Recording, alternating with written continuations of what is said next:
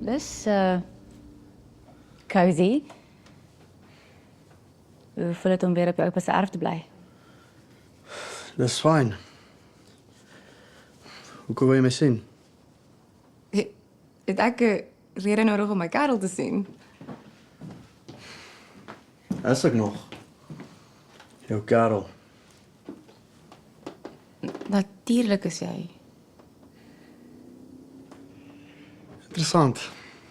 Want die manier hoe jy en Tsep op mekaar druk en te kere gaan, voel dit nie jy so nie. Okay, jy is nie ernstig nie. Ons het gepraat oor die swart merlyn en of hy my moet coach. Jou coach. Ja. Weet jy wat dit vir my sal beteken? Hy is 'n goue medalje wenner. Dis jou ex, Nina. Wow.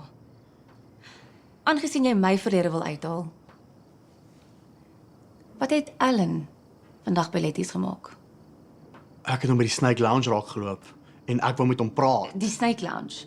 Ja. Okay, daai plek is gross. Hoekom was jy daar? Ek was ons aan Rousseau. Ellen se pa besit die plek en ek wil vir hom 'n aanbod maak. Ek wil dit koop. Jy wil wat? Wanneer het hierdie gebeur? Ek wou jou vertel het, maar o ja, jy was te besig met Tsepo gewees. Ek en Tsepo is net vriende en hy stalk binnekort my coach. Ek steek niks vir jou weg nie, Dit Johan. is dis moeilik om te glo en ek dink dis dalk omdat jy vriende met jou ex wil wees. Wow. Ek dink ek moet eerder net gaan. Ek dink dit is 'n goeie idee.